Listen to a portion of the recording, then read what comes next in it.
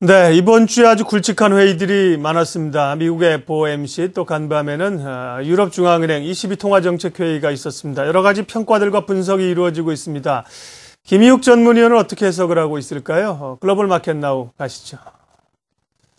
네, 앞에서 말씀하신 대로 이번 주 시장을 버티고 있었던 지탱해주던 이 두 가지 이슈가 둘 다 조금 실체가 없는 것으로 드러났죠. 그래서 어제 이제 여기서 FOMC 성명서 결과가 결국 ECB 이 회의 결과에 좀 복선이 아니겠느냐라고 말씀을 드렸었죠. 그래서 어저께 FOMC 사실 끝나고 나서 이 뭐 제작진하고 예민수 앵커님하고 저하고 다 이제 뭐 회의를 간단하게 했는데 여기서 야 ECB도 빈손으로 나올 가능성이 있다라고 말씀하신 내용이 결국 맞아 들어갔죠. 자, ECB 성명서 전문을 한번 살펴보시겠습니다.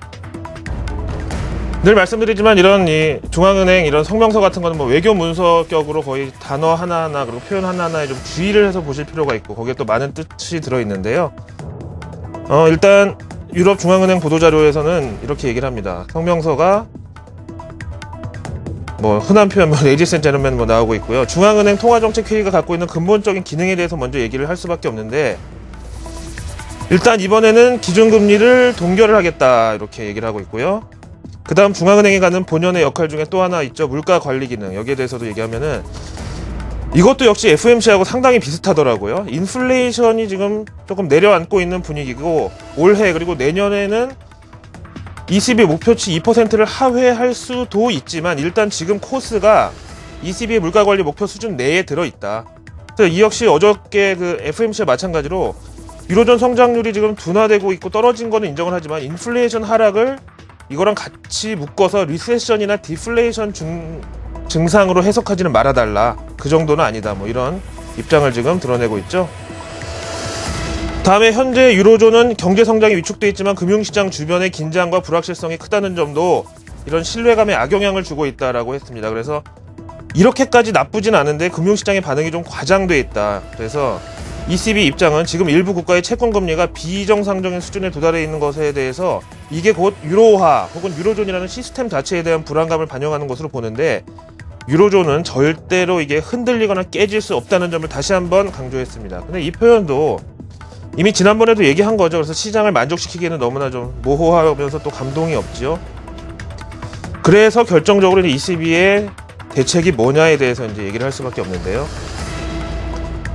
금융시장 안정을 위해서 먼저 유로존 각국이 이 ESM이나 EFSF를 빨리 효과적으로 가동될 수 있게 좀 서둘러 달라라고 이제 책임을 떠넘기는 촉구하는 식으로 얘기를 했고 그래서 만약에 각국 정부가 그렇게 나서 준다면은 우리도 조건부로 나설 수가 있는데 여기서 보시는 대로 오픈 마켓 오퍼레이션이라는 것은 국채 직접 매입을 의미한다. 다시 말해서 S&P를 암시하는 것으로 특히 이탈리아, 스페인 국채를 직접 매입하는 방식에 대해서 힌트를 준 거죠.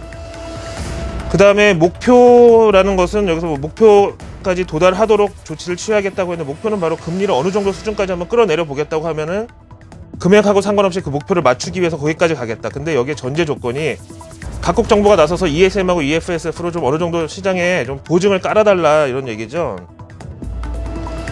그 다음에 또 부가적으로 할 것이 이게 다가 아니라 추가적인 비정상적인 비상대책 수준의 통화정책 수단을 우리도 고려를 하겠다라고 했는데 여기서 이런 표현을 썼거든요. 그러니까 will이나 혹은 can 같이 좀 의지나 가능성이 담겨있지 않은 may라는 표현. 그러니까 그럴 수도 있고 뭐 아닐 수도 있다. 고려를 하겠지만 또 아닐 수도 있다. 뭐 이렇게 좀 애매한 표현이 있어서 무책임하다. 그래서 좀 의지가 좀 이번에 색깔이 좀 얕아졌다라는 이 표현이 있고 그 다음에 이 여기에 대해서 좀 실망을 한 사람들이 아니 지난주만 해도 뭐 나를 믿어달라 뭐 충분할 것이다 뭐든지 하겠다고 했는데 왜 갑자기 입장이 바뀌었냐 그래서 Q&A 세션에서요 이렇게 뭐든지 다 하겠다고 하지 않았느냐 왜 지금 달라졌느냐라고 물어보니까 이런 표현을 썼습니다. 아무것도 안 하겠다는 게 아니라 대책을 강구하되 커밍 웨이스 그러니까 수주 내로 몇 주에 걸쳐서 보완을 해보겠다. 이것도 역시 이 몇 주라는 표현이요 단어가 주는 느낌이 만약에 몇 달이라고 하면은 좀 너무 사람들이 멀다고 실망할 것 같고 또 며칠 내라고 그러면은 기대가 너무 커질까봐 이렇게 표현을 했다. 그래서 복수로 주에다가 S를 붙여서 표현했으니까 최단 2주, 그러니까 14일부터 한 1년까지는 안 끌 테니까 주라고 표현했으니까 한 365일까지 이렇게 좀 모호한 표현이 뭐 난무를 하고 있죠. 그래서 사실 이런 통화정책회의 나오면은 숫자가 중요하잖아요. 그래서 뭐 얼마 규모로 어떻게 하겠다 뭐 그걸 기대했는데 보시는 숫자는 다 2012년 뭐 이런 그리고 뭐 GDP 이런 얘기밖에 없는 상황이죠. 자, 그래서 유럽 시장의 반응은 상당히 냉담했고요. 그나마 미국 시장이 좀 선방을 해줬는데 다우지수가 한 200포인트 넘게 원래 빠졌어야지 정상적인 시장 반응인데 어느 정도 방어가 됐다는 거죠. 그만큼 지금 주가의 저평가 메리트는 어느 정도 인정이 되고 있는 상태다. 하지만 오늘 우리나라 시장에서는 좀 이걸 감안해야 되겠죠. 현지 전문가 의견 한번 정리해 보겠습니다. TD증권 측의 인터뷰 내용이네요. 오늘 사실은 ECB로부터 3차 LTRO나 추가 채권 매입 혹은 ESM의 은행 허가 부여 등 이런 거를 기대했던 시장은 분명히 실망을 했다. 근데 오늘 확인된 ECB의 의지가 지난주 드라기 총재의 발언과 일맥상통한다. 다만 유로존 내의 정치적 합의가 아직 불충분하기 때문에 발언 수위를 조금 보수적으로 낮췄을 뿐이지 자사의 전망으로는 ECB가 이 국채 직접 매입 프로그램을 시작할 것 같기는 한데 다음 달 정도가 타이밍이 더 좋지 않겠느냐라고 판단을 했네요. 자, 그럼 월가 현재의 반응을 또 외신을 통해서 한번 들어보기로 하죠. ECB가 월가에 어떤 영향을 주었는지 로이터 통신 보시겠습니다. 앞에서 보신 내용은 좀 더 뭐 인터뷰 내용에서 시간을 좀 갖고 지켜봐야 되겠죠. 다음 달로 얘기를 했는데 일단 간밤에 미 증시 그리고 당장 오늘 우리 대한민국 증시는 이 ECB 충격이라는 태풍의 영향권에 들게 됐습니다.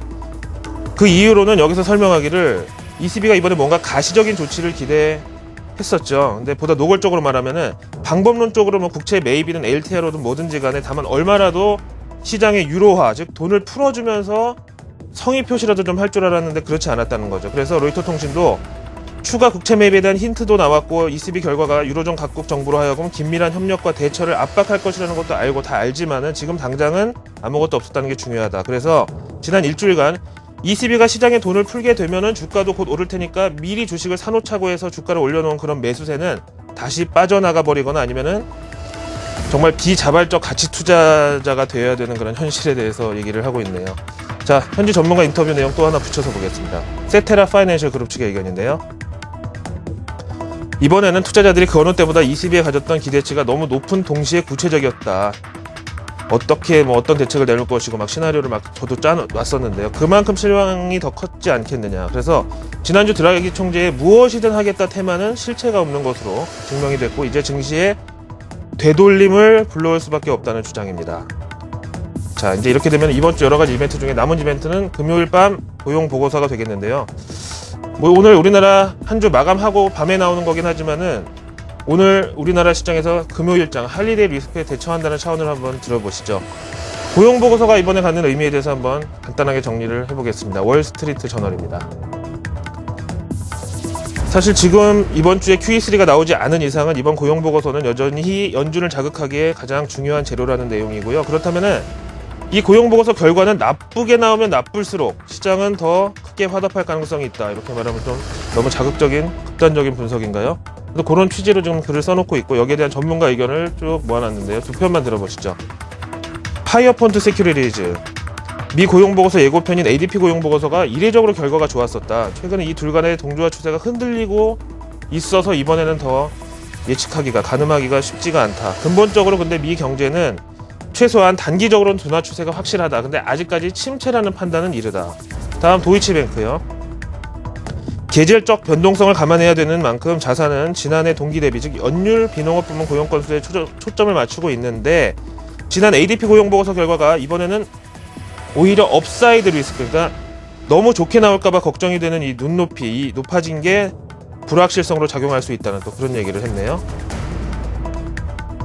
미국 증시 보면 어떻게 어저께 조금 선조정 받은 것 같기도 하고 좀 선방할 수도 있을 것 같은데 유럽 증시를 보면 또 완전히 암흑 속이네요. 유로 달러 환율과 함께 살펴보시죠. 코스피 오늘 일단 조정을 좀 받긴 하겠지만은요. 지금 보시는 대로 지난 6개월간 유로화와 코스피 지수의 동조화 현상을 좀 지켜보셨고요. 최근 한 2달 동안의 동조화 비율이 더 짙었는데 문제는 유로화의 환율이 하락할 때 코스피는 더 많이 떨어지고 오를 땐 좀 더 많이 오르고 그렇게 좀 과장된 반응이었는데 이번에도 지난주 유로화 반등하기 시작하면서 코스피가 또 너무 오버슈팅한 면이 없지 않죠. 그래서 또 이렇게 요만한 갭이 지금 형성되어 있는데 장중에 유로화가 그래도 아예 뭐 끝난 건 아니다 해서 유로화가 반등을 해주거나 코스피가 내려서 맞추거나 이 둘 중에 하나의 시나리오 보시면 되겠습니다.